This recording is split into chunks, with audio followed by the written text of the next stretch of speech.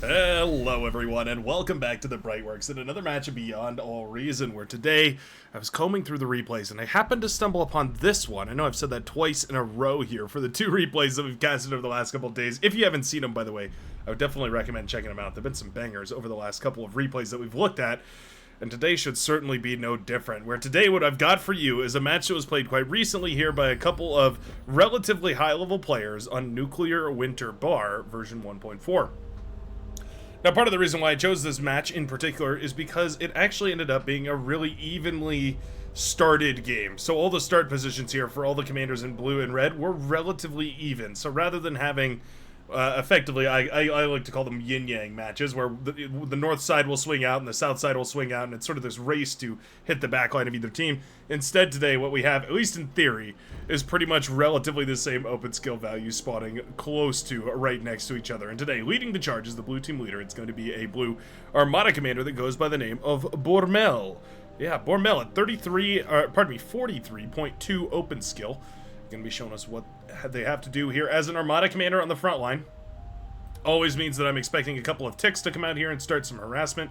But oddly enough, we're actually not going for that. We're going for some pawns into the early game here. Interesting. Blue Commander definitely playing this a little bit slower than we usually see out of Armada Commanders, but that's not to say it's a bad thing. It just means it's a little bit more of an economic start. Rather than the full-blown aggression that we've come to know and love, we're starting off things with a little bit more energy production, a little bit more build power production, a little bit slower overall. Now, spawning on the other side of the map, spawning as the red Armada Commander, leading the red team right there, it's going to be none other than 8D. 8D, the beautiful red commander, going to be pumping out actually a fairly greedy build here as well for the red commander, going for a constructor first into another constructor, so double con, and then eventually into units, at least I would hope anyways. Oh no, we do have some units across the field. Never mind, we have ticks in the enemy backline, we have all sorts of stuff all over the place. Yeah, there we go. We have ticks harassing the enemy backline, and this is exactly why you build these ticks early on. You just might be able to kill a metal extractor or two for the enemy's side of the map, and just like that, all of a sudden, about a fourth of the metal production right here for the blue commander is down. The pawns are here for the defense, but it's going to take them a while to catch all of these. Ooh, almost got that solar panel there. Kept it close for a while, which does shut down a lot of energy production, at least a lot relative to the early game, that is. All said and done, not bad. Now we have a bomber headed its way on over across the map here. Will we get anything effective? Sure looks like it.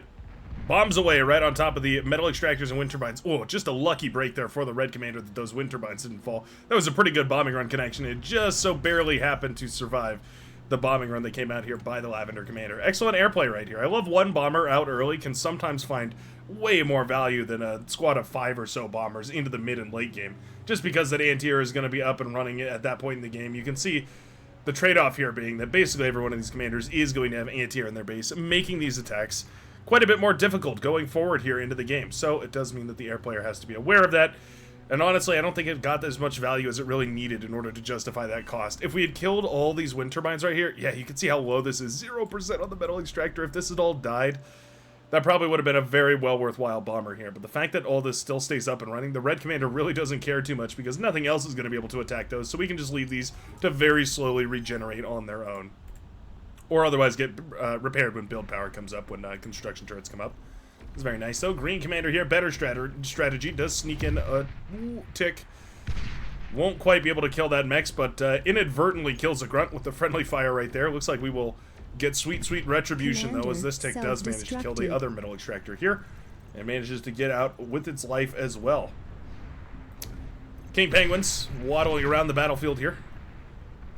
Commander standing at 3 stories. Yeah, I guess those penguins are... That's like a 10-foot tall penguin. I guess, you know, I'm judging by human and Earth and Terran strategies, or Terran standards, rather. That is a gigantic penguin. Assuming these tanks... I mean, the tanks must be ginormous, too. These are like 10-foot tall by maybe 20-foot long tanks or something like that. I don't know the measurements on a tank. Now that I think about it, I don't really know the active measurements on a tank nowadays. Like, what is the length of an Abrams? What are the dimensions of an Abrams A1? If that's even publicly accessible, but feels like everything is ginormous in this game. Especially the grunts, right? These grunts are effectively mechanized infantry that are standing at like 15, maybe 20 feet tall. No, less than 20 feet. Probably closer to 15 feet tall. And managing to snipe a Wolverine here is fabulous. They won't get the metal extractor. They were definitely hoping to. Just a little coup de grace, but will not manage to pull it off here as the yellow and tan commanders push together hand in hand here to climb up to this high ground and put down a build turret. I don't mind the construction turret. Reinforcing this high ground right here, obviously there's a lot of advantage you get out of this, namely the 3.4 metal extractor up there, but there's also the geothermal spots. Capturing one of these, or even more dominantly, putting a Cerberus cannon up here, effectively means that you win the entirety of this northern section. A Cerberus here would be able to cut off the entire... It would be able to kill this other geothermal right here, right? So whoever gets the Cerberus up and running first has effectively won this. Now, all that said and done, you have to get all the way to T2 and have enough metal and energy to build a Cerberus. It's rare, and I don't know if I've ever even seen it on this map. But in theory, right? In theory. Interesting to see the mirror matchup here as well. Not only do we have the red versus the blue commander, but we also have a mirror matchup of Armada versus Armada. Beamer turret is lovely, but it does eventually go down here. The rocket bots behind cover will have a distinct advantage, though, as those walls will absorb some of the shots while the rocket bots are standing right next to them. But they're forced into bloody retreat as the red commander manages to just barely nick enough health off the blue comm to bring it down.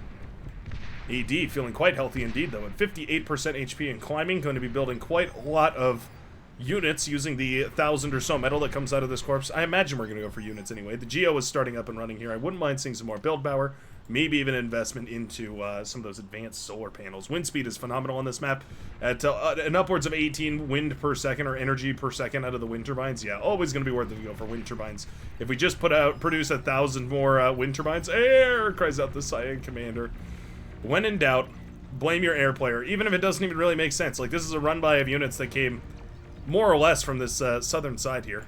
Air will save the day, but I don't think that was really air's fault. Shuriken are nice, though. Shuriken are really, really nice. Green base has been brought low. Only takes a couple of well-microed punts to crack the laboratory right there, and all of a sudden this entire facility is down. All right. Turns out, oh, actually, that was the blue, pardon me, by the way, that was the blue commander throwing in the towel right there. Rage quitting after losing the commander on the front line, certainly a huge loss, and decides to make it the team's problem here by quitting the game and going ahead and, well, the green commander will be the one that is responsible for it, whether it was handed over or taken over, however it's going to be. Yeah, all of a sudden we've got two commanders, or two, well, yeah, areas worth of contest here for one commander to manage. When you start to get down into the details of how much APM each of these commanders have, it's a little bit of a bad thing to measure, because APM doesn't necessarily translate very well in this game. This game is not a very APM intensive one, at least relative to, you know, other comparable RTS games like, for instance, StarCraft 2. Always the go-to comparative. But basically, all I'm trying to say is if you have to spread your attention between two different front lines at the same time, it's difficult. It's difficult. It's not something that a lot of commanders, especially commanders that don't play a lot of, for instance, like free-for-all or 1v1s, things like that. If you're primarily playing the 8v8s, it's not a skill that you have to practice all too often. And it can become very, very annoying to deal with. Ticks here, also very annoying to deal with. Forcing these poor Rocketeers to fire in every which direction, but never scoring a hit right here. I mean, it is pretty impossible for Rocketeers to kill Ticks. It's one of the reasons why they're the perfect counter. Unless they're kept perfectly still. Nope, even then, they can still dodge that rocket fire so well.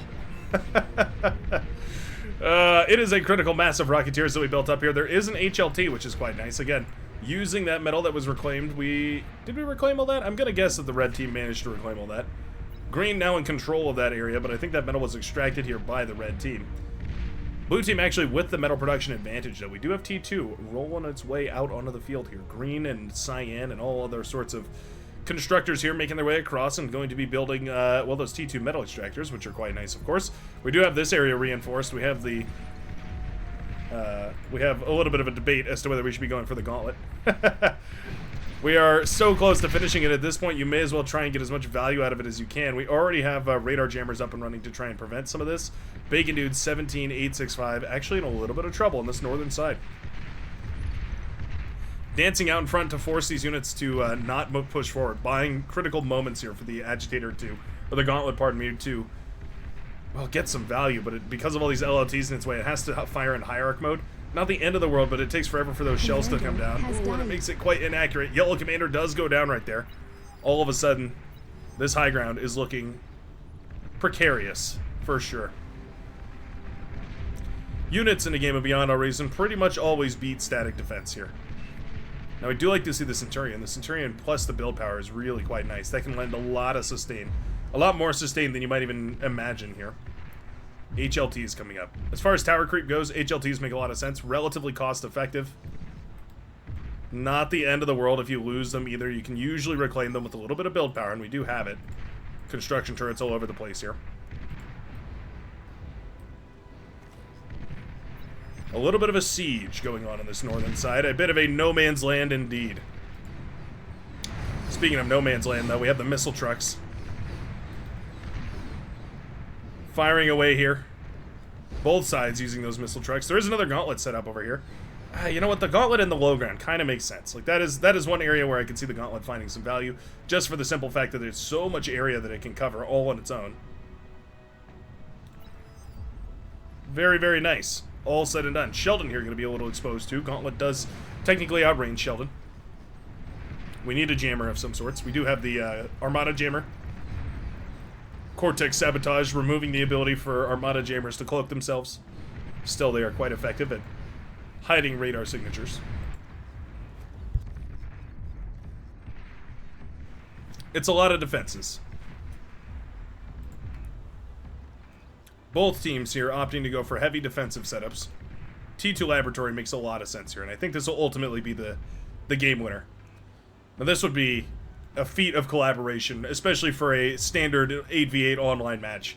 But eating up these T1 units in order to fund the T2 Laboratory, and then using the T2 or the metal from the T1 to build T2 units to push this forward. Technically speaking, I think probably the optimal play for the setup we have on this northern, or this high ground rather, the southern high ground. But yeah, that would be, you know, I wouldn't expect as much from a regular 8v8 online game. It's a lot of cooperation to manage that. Twilight has been set up over here to make sure it isn't just idly harassed to death. And the Red Commander's been essentially given free reign to just go for whatever on Earth we want. We have a Commando of all things being built in the backline. That is 1,200 metal for this stealthy paratrooper boy. And, yeah, I mean, I guess the plan here is to just use this on the softened northern side here. We are going for those T2 mechs, and that's really quite nice. Getting these up and running, super important. T2 mechs already up and running, though, for the Red Commander. Means that 4x metal advantage has been, well, in place for quite some time already. AGO going to be quite nice for building all this stuff as well, and we have the T2 Con out on the field. Do we go for T1 or T2 units? A couple of Fiends would make a lot of a difference. Obviously, an Arbiter or two would be wonderful as well. They can fire away from extreme range to blast down any of these statics, as well as, of course, any of these units that happen to be just standing still. There's not even really that many laser defenses here. Where's the HLT? Is it reclaimed or was it destroyed? It looks like it was destroyed. Yeah. May as well go for the D-gun. Red team not actually reading this correctly. Yeah, they don't really have any radar signatures to go off of here, and that is annoying. That's difficult to read. What are we going for right now? A Twitcher. Not what I was expecting at all. I thought we were going to go for some of those T2 units to try and crack this defensive line, force the enemy back, eat up all their units, and then use that to produce T2. What a stagnation we've had in the midsection here as well. Hamoud loves you going up against Space Godzilla. We also have Atmos going right on up against the Brown Commander Super Raider, who is, as the bottom of the red team here, held their own quite nicely here against the number 2 for the blue team. It's effectively a 1 metal extractor advantage. I think probably Atmos could grab this mechs, but hasn't. No Arbiters in this mix either is a little bit strange.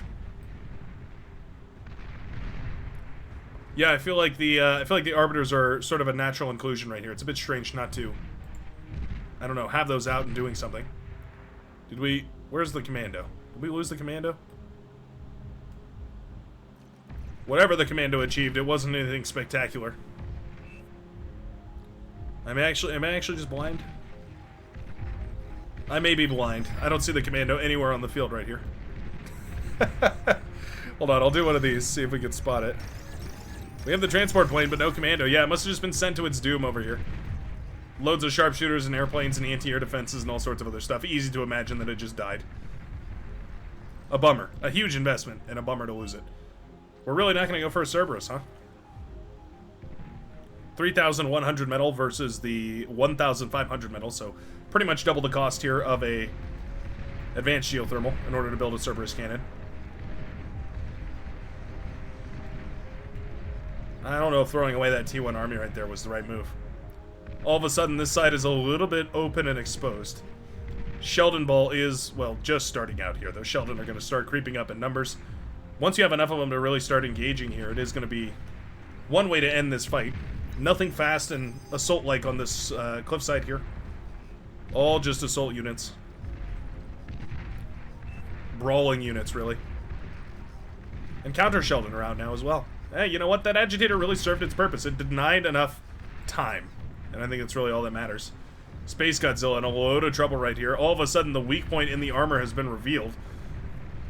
Seafoam Green Commander critically exposed at this point. Has the T2 laboratory up and running. Doesn't have the energy production right now as the wind speed is plummeting. Commander goes down, blowing up a huge chunk of that army. It might be enough, just barely here to save the day. Bombers coming across right now. Oh, the bombers don't kill the T2 lab. Just barely those bombers don't kill the T2 lab. They're doubling back around here for a second pass, but there's just not enough of them. Oh, bombs away. Oh, it's so close. 4% I think we got down to there from the bombers, but there was just enough fighters from the Pink Commander in order to shut those down in time. And luckily for the Yellow Commander, the T2 laboratory stays up and running. That would have been a huge hit right here. Shutting off the T2 unit production means the scaling, the snowballing would have been huge for the Green Commander, but not the case. As we continue on this bizarre T1, T2 fight in the midsection of the map. Rattlesnake on high, firing down onto the valleys below. Doing loads of AoE damage. We've got the Grunts running down to support their teammates as well. The Sheldon firing away at great distance. But without proper scouting, they're really not going to be very effective. Love them, the Beholders set up here, the little perimeter spy cameras that are set up. Not only are those quite effective for, well, giving you vision on where the enemy's position is exactly, but also, it also lets you target the enemy, right? So if you ever need to know where to plot your missiles, where to fire your sharpshooter, accelerator, rail cannon projectiles, yeah, you just go ahead and line it up with wherever the Beholder is telling you to fire. Northern side still a bit stagnant. Dark Delight has been destroyed, or at the very least the statics of Dark Delight have been destroyed. Sheldon coming up the hill and down through into the valley. Trying to find that right angle to engage from. It's a war of attrition. Slow and steady. Rattlesnake firing into the distance will kill the radar jammer. Ooh, Commander actually dies. Okay. Sharpshooters here getting a very cheeky kill on the Commander. I think they were all set to hold fire. They were either set to hold fire or they just happened to all fire at the Commander in unison there. But that was 5 sharpshooters, which is enough to kill a Commander in a single burst. And there you go. Just like that, the Commander goes down, and all of a sudden this side is actually looking pretty thin. There's not a lot of static defenses to hold up against T2. Sharpshooters are going to do great against, well, the heavy laser towers, the medium laser towers, any of that kind of stuff. Rattlesnake here would work eventually as well. Sharpshooters just quite a bit quicker. It's the right tool in the right place, doing the right job. And it goes to show how devastating that really can be. The red economy, meanwhile, has been scaling quite nicely here. We do have a APHIS already up and running, and that's going to be an extra 40-ish metal per second coming out of the, well, E-converters here of the red commander. No such APHIS available here for the blue team, not even close. None of these commanders really within APHIS. We have a fusion up and running here, or coming up and running for the lavender commander. We already, or no, we're just about finishing one here for the powder blue as well. That APHIS is a huge energy advantage, you can see. A 54% energy advantage, more or less. Sharpshooters should be countering these Sheldon quite nicely. It's a matter of cloaking them and making sure that they stay radar jammed. We don't actually have a jammer in the mix right now. Little bit of a blunder. Still, they've had enough of an effect here that I would say it's been well worth it. Pulsar out here, or Starlight rather, out here as well. Tremor firing away from great distance. Always super annoying when you start to deal with the Tremor. The Tremor is an agitating unit. It is really meant to stir the pot. Once a Tremor starts firing at you, your two options are to pull the trigger, jump on top of it, or to run away as quick as you can. And it seems like right now the Pink Commander is choosing the latter, trying to retreat these units to safety. But Starlights, one of their critical flaws is they can't turn their giraffe head all the way around. Yeah, they're only 180 degrees of vision. It means that in full retreat, they actually can't fire backwards into the enemy. The pork on the northern side makes a lot of sense. Obviously, we are multitasking through the midsection here as well as the northern side, and so it makes sense that we're going to go ahead and just try our very best to lower the APM tax of holding this northern side. Loads of walls being set up here as well. A nice little buffer, I suppose.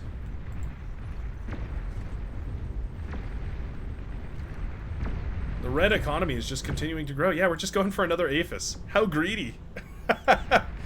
How terribly greedy right there for the red com. Yeah, just building some static defenses and a couple of T1 buildings and placements. We already have the walls and whatnot. Some Resbot's gonna go out and actually eat it, or resurrect, try and resurrect anyway, the commander over here.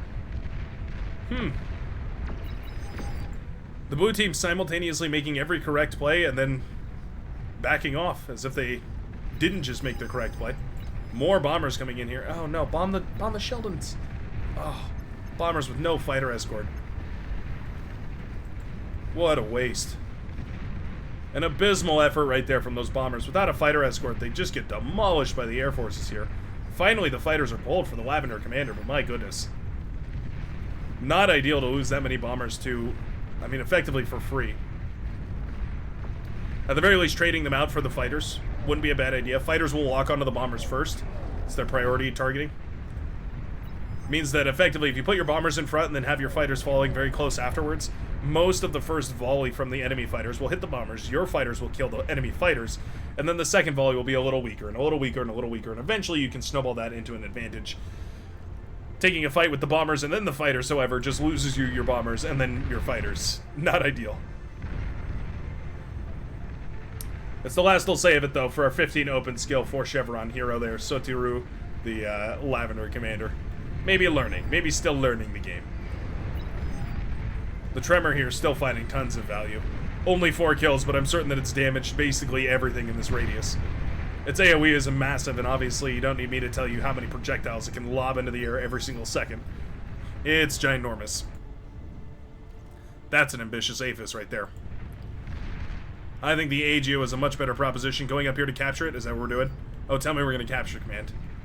Commander has died. No, go for the capture command. You have to turn off your fire at will. Oh, yikes. What a bummer. If only we had captured. You can also stop firing to reclaim the thing at the very last second when its HP is at its lowest, and then you'll get the maximum reclaim out of it, too. Little micro things like that that really, there's room for improvement always and beyond no reason. That's one of those things. Fiends here will be D-gunned down, no problem. Commander Purple Commander, Dark Delight will fall as well. The T2 Laboratory, nicely nestled into the side of this hillside here, will also take a beating. Sheldon and Hounds alike going to start firing away. We're actually going to scuttle the base here to try and slow the advancement. Nuclear missile connects with the main facility of the Green Commander up on the northern side here, though. Look at that terrain deformation from the nuke as well as the AGO popping, wiping out a huge portion of the economy for the Green Commander. We have this secondary production center. This was the main base of the Green Commander before adopting this northern side right here. But yeah, those E converters and T1 wind turbines not really going to cut it in a T2 late game. Bulls moving into the brown base, but the blue commanders are losing hope. Laboratories are falling. Bulls creeping towards death, but not before getting a final word in. They do kill the T2 lab here at the brown commander. That's nice. Isn't enough value for these bulls. I think maybe if they kept moving and just managed to fire away at more and more of this eco here for the pink commander, maybe they could have gotten their value worth here. But those labs aren't even destroyed. They can be resurrected. And this push is looking dangerous. Hounds and Sheldon on high with extended range because of the height advantage here for their plasma weaponry, and then the Mammoths just waddling their way ever so slowly but ever so steadily towards the main facilities down here on the southern side. The Purple Commander rebuilding the T2 Laboratory, this time in the form of vehicles. I don't think it's going to happen. The blue team in a tragic way here. Where did that nuclear missile come from? It must not have been a nuke. It must have been a bombing run of some sort. Yeah, it must have been a bombing run. My sincerest apologies. But frankly speaking, that northern side was hardly contested at all. It only had static defenses. It was only a matter of time before the red commander started producing units, which are pretty good. Pretty good, especially for breaking static defensive positions like the ones we could see here before us. As even just the lowly Hound make their way forward. The once noble Hound, reduced to squalor, makes its way forward here and starts tearing apart the base of the Purple Commander, already having devastated 2 T2 labs And now the main base here, multiple comms will start to fall. It's a slow and steady grind, but eventually, through overwhelming production here, putting more units on the field, putting the right units on the field, the yellow and tan commanders managed to, in tandem, break down this southern highland, and now sweep in from behind against both of these bases, all three of these bases, 4 or 5 of these bases.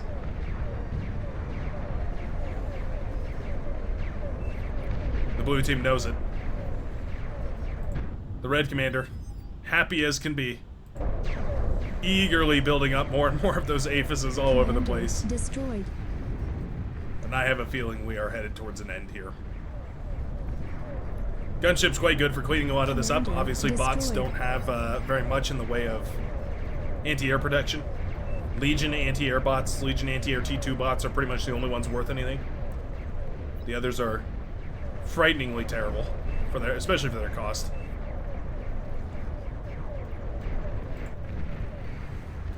We're sending the units in. Like, we are making good moves here. The T2 heavy tanks are making their way through the front line. We've effectively broken the front line, but just a minute or two too late. Reconstruction efforts on this high ground right here. Gunslinger army. I want the Gunslinger army to be effective, but it really just never is. Everything in the T2 catalog is better than the Gunslinger. You know, at least they impulse these units. You build enough of them, they can impulse basically everything. Sumos and mammoths are so good, though. Sprinters now to clean out this base. Hollowing out the insides of now the Cyan facility here on the southern side. More and more of these units streaming across the map. We've got a never-ending stream of sumo coming across as the blue team throws in the towel. Commander Wow. self-destructed. Beautiful plays right there from Commander both of these has teams. died. Honestly doing a great job of breaking and Commander re-breaking, destroyed. recapturing and retaking all the different spots on the map here. But the yellow commanders, the tank commanders Battle managed to hold ended. with a beautiful bombing run, taking out this northern geothermal too. It cut that energy production even further, and with a little bit of greedy eco-scaling, the red team manages to take the victory. Thanks a ton for watching, folks, and this is a bit of a quicker one, but I do appreciate each and every one of you, and I hope that you have a fabulous rest of your day, and I will see you in the very next game of Beyond All Reason.